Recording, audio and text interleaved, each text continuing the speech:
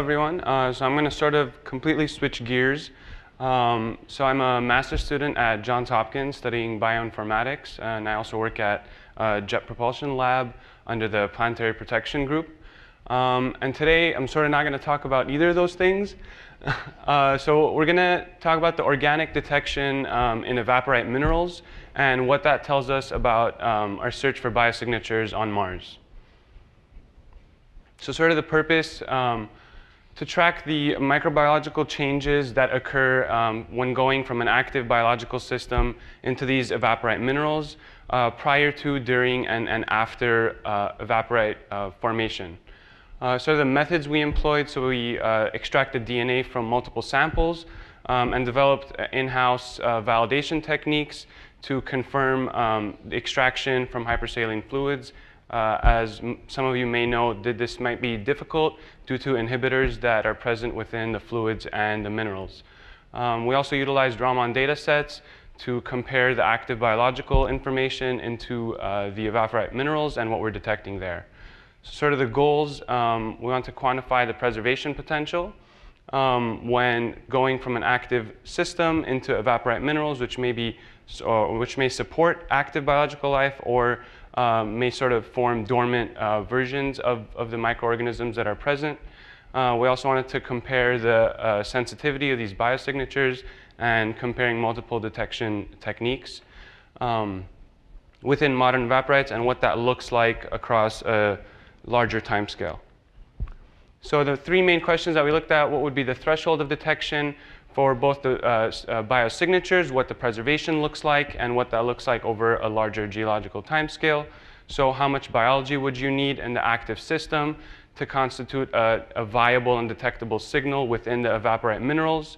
Sort of what can get preserved from the active system, and if there's any selection as to what is being selected and what is being preserved within the evaporite minerals for a longer timescale.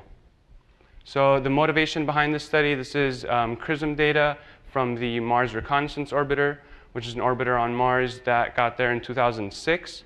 So as you can see, we've detected phyllosilicates, silica, chlorides, carbonates, and sulfates, which is what I'm going to talk about. So particularly gypsum and halite. So this is the analog site that we used to study these evaporite minerals. So the north arm of the Great Salt Lake in Utah. This is an active system, supports a variety of microbial organisms, and it is cut off from the south arm, so it is a closed system. And sort of the analogous site on Mars would be the Jezero crater, where we've detected the presence of clays and sulfates. Again, another analogous environment between what we studied and Mars. So the gypsum crystals that we looked at and sort of the sulfate veins, which are hydrated minerals that are present within Gale crater on Mars. And this is an image from MSL. So sort of going through the various samples that we looked at. So we focused on the halite hopper crystals that are found here. And particularly within these crystals, we wanted to focus on the fluid inclusions within them. So these may serve as sort of microenvironments within the crystal that may support maybe even active metabolism with some of these organisms that are being preserved here. On the bottom, these are the halite terraces that were sampled.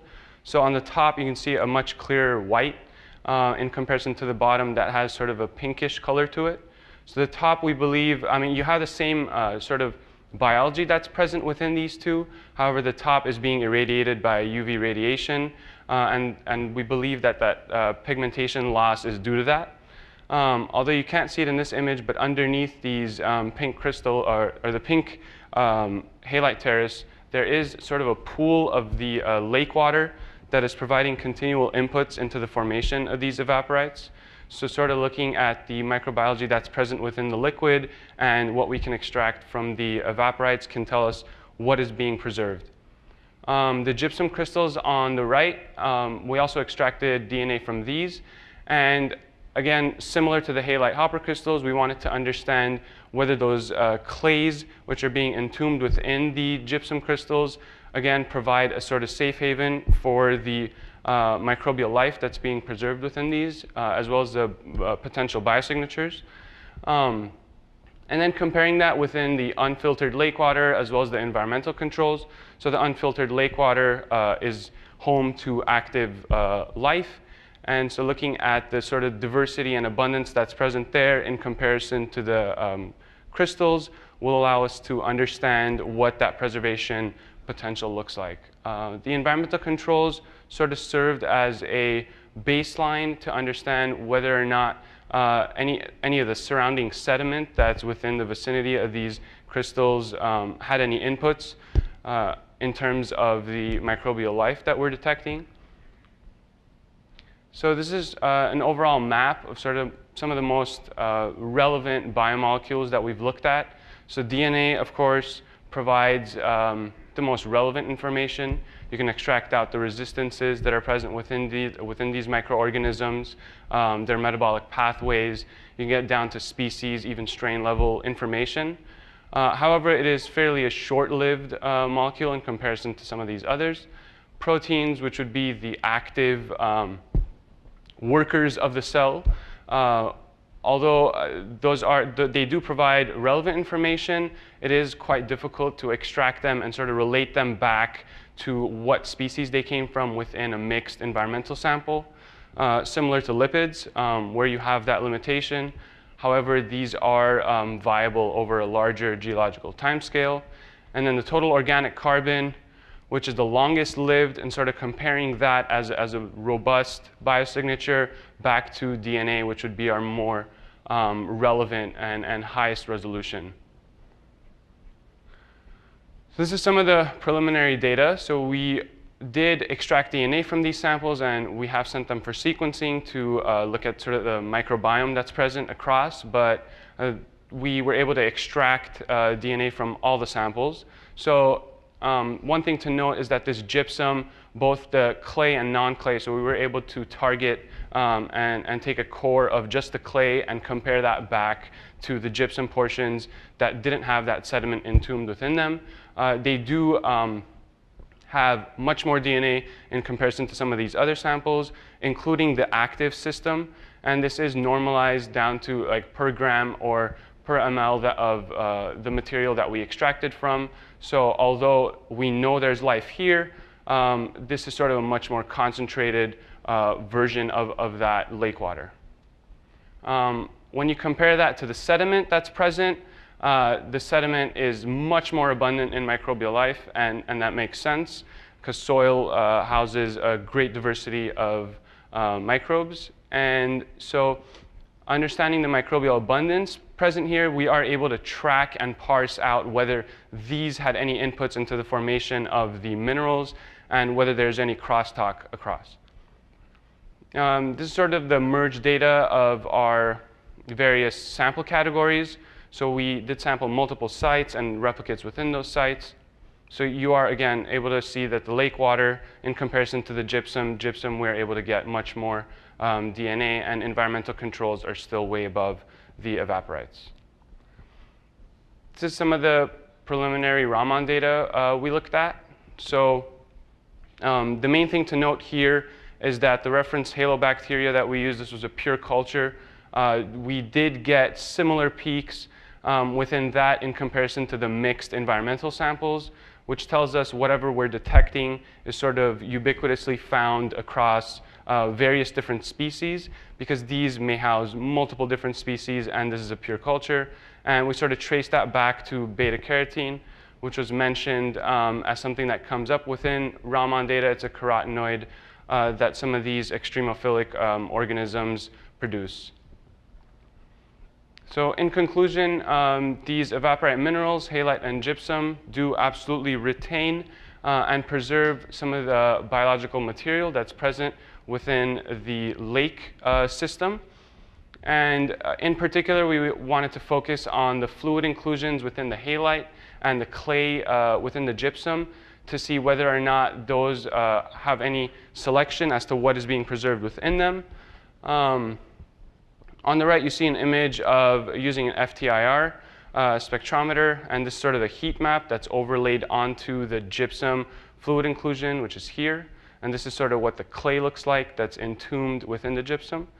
And so in the red here, we're able to pinpoint the presence of the beta carotene within that, and sort of everything's radiating away from the beta carotene.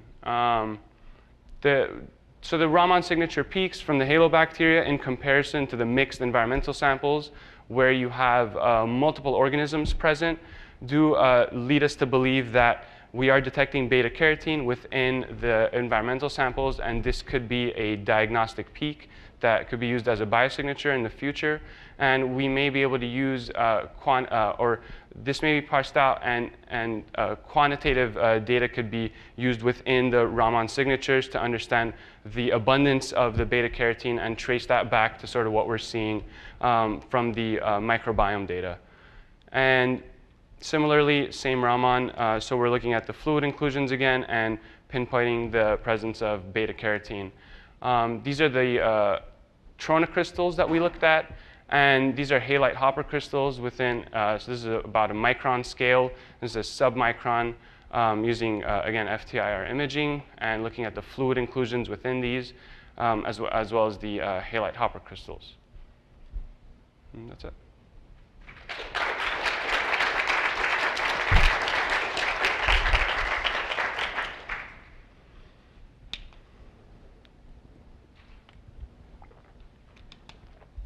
Hey, thanks.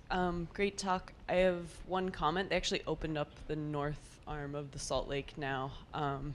So Okay. It was just recent, like last fall.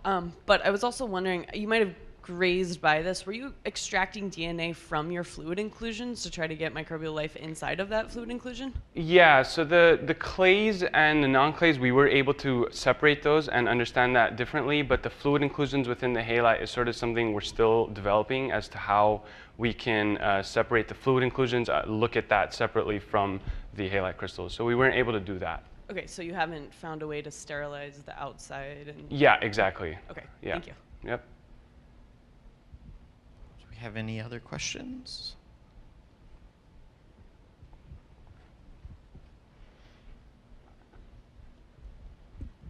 This is a really awesome study. I was wondering, kind of, are you going to plan to look at these kind of with ExoMars or MSL analytical techniques? Because you've got the kind of Mars 2020 Raman spectroscopy with like laser desorption or kind of pyrolysis. Are you planning to do those experiments? Yeah, we are trying to look at multiple methods to sort of trace back what we can see. Our primary focus is looking at wet microlab techniques. So the DNA extraction can be done within a lab setting, and sort of mapping that onto the data that we can receive from an instrument that could be easily mounted onto a rover or an orbiter. So that's our primary focus. But yeah, that's something we're definitely looking at. Thanks, cool. Have you used field Raman or just laboratory Raman instruments? It was a lab Raman. Okay. Yep. You plan to go to the field to do that directly there to see how much you can detect, or? Yeah, the field Raman. Yeah, we're definitely looking at field Raman as well to see if there are any differences. Yep. Okay, well, with that, let's thank all of our speakers one more time.